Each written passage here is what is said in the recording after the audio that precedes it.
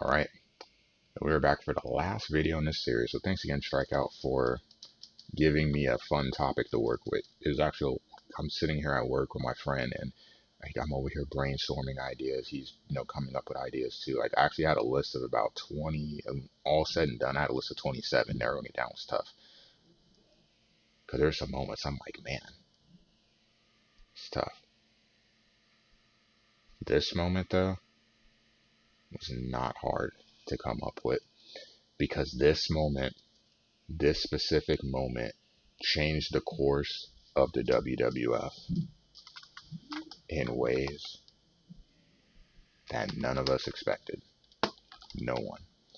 That, my friends, is a Montreal Screwjob. Hello. And I actually need to grab my phone for this one because I have notes. I need to make sure that I cover what I wanted to cover.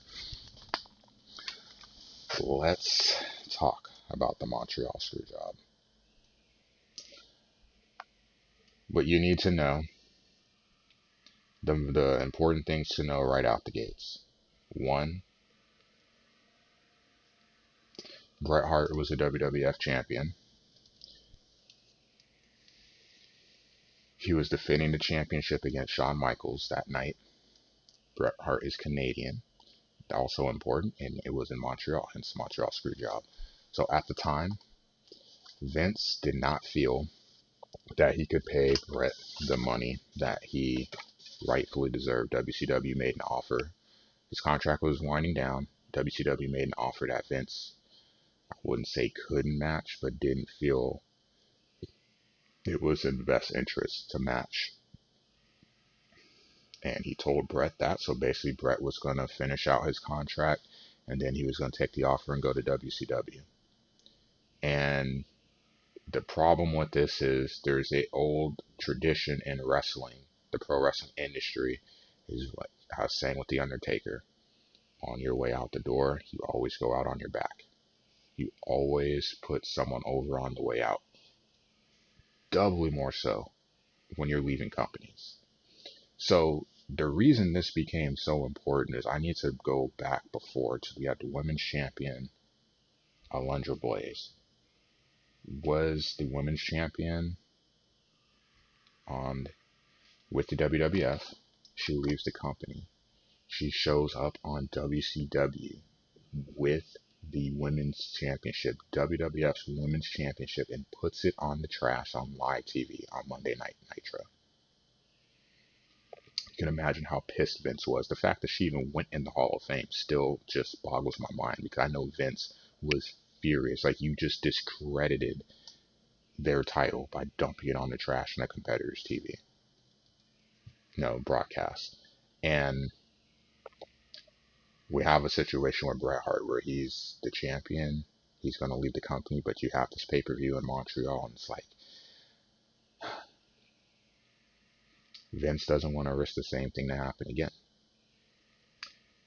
So we have this really awkward tug of war.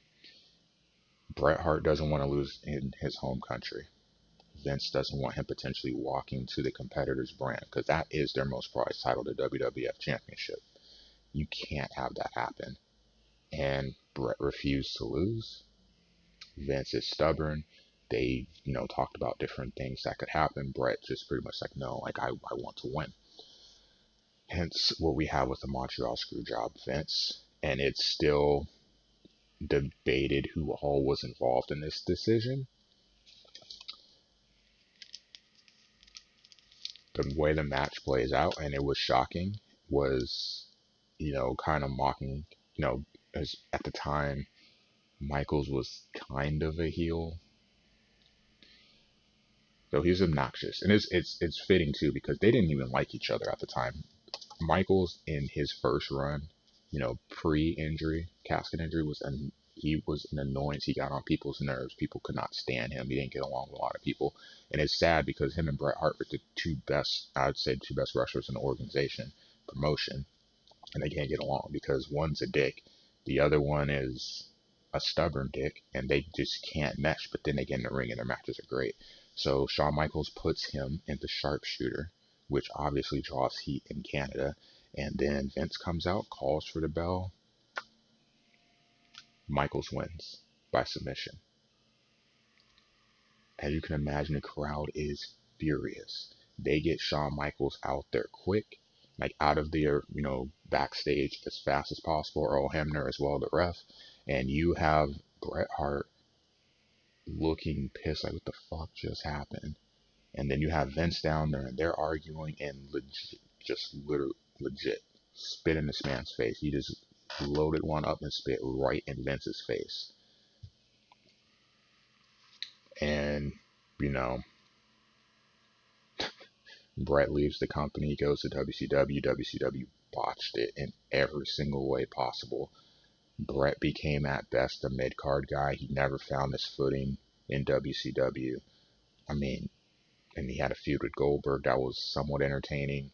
You had the feud with Sting, which could have been done differently, but he just never fit in over there. Bret Hart should have been a top guy going over there. He's never used that way.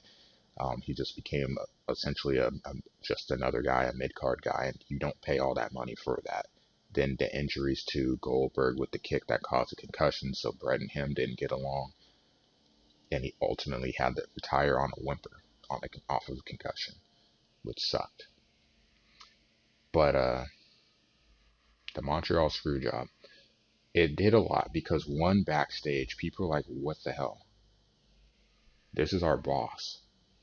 If he's going to F over Bret Hart, what makes you think he wouldn't do something like this to any of us?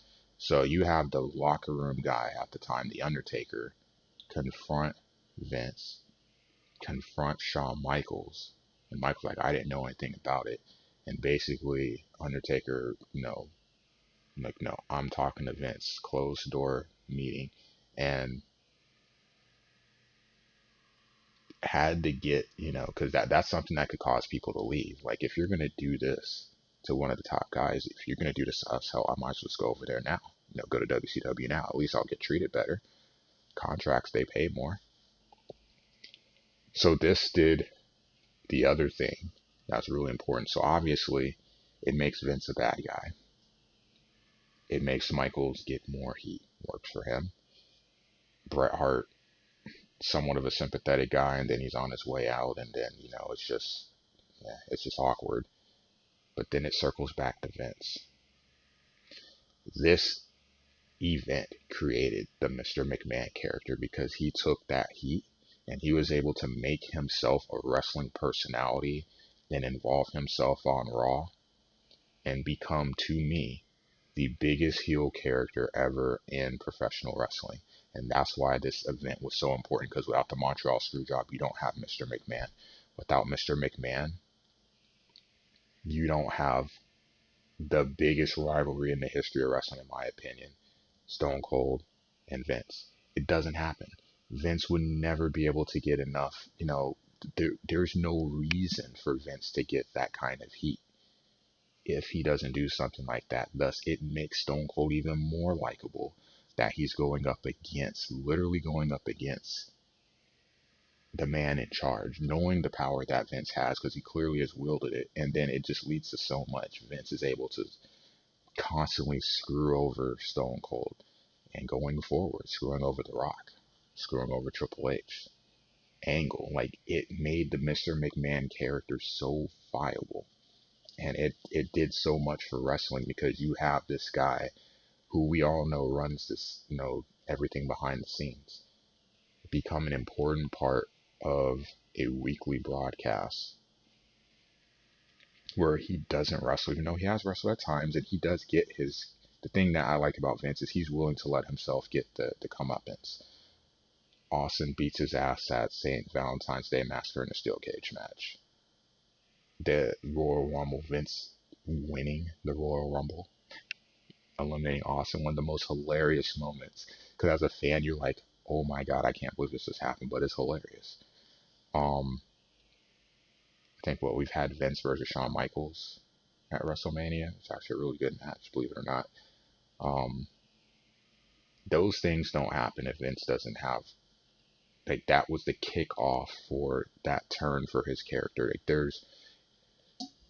He will never put himself in his own Hall of Fame, but the Mr. McMahon has to, because it was so important. To me, it was so important of what helped make the Monday Night Wars go, because you had Bischoff and the NWO on WCW, but really, like, it was, can these guys overcome Vince? Vince's stables, the corporation, corporate ministry. You know that he always has the money to get people to do his bidding. So you always felt like it was so much work for the faces to finally overcome.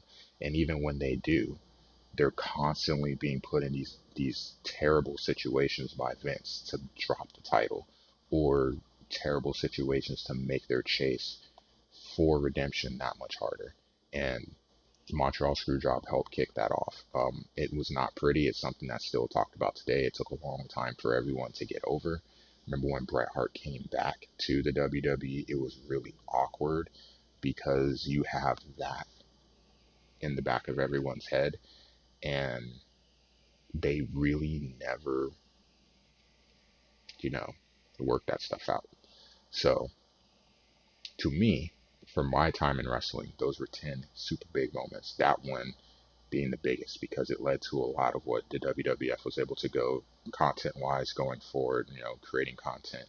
And I think it was really, obviously, really successful. They won the Monday Night Wars. And I think the Vince McMahon, Mr. McMahon character played a lot in that. Able to kind of get Shane and Stephanie involved too, so have them playing against each other as well. It did a lot of good, even though ultimately the event itself was really awkward and really bad. But some good comes out of bad, and that's about as much good as you're going to be able to get. So thanks for watching this series, guys. We'll see what we have upcoming next in videos. It's fun to do. Appreciate it. If you ever want to have me talk about something in the wrestling realm, you got those salt points, cash it out, give me a topic, and I'll see what I can come up with. Thanks for watching, and I will see you guys later.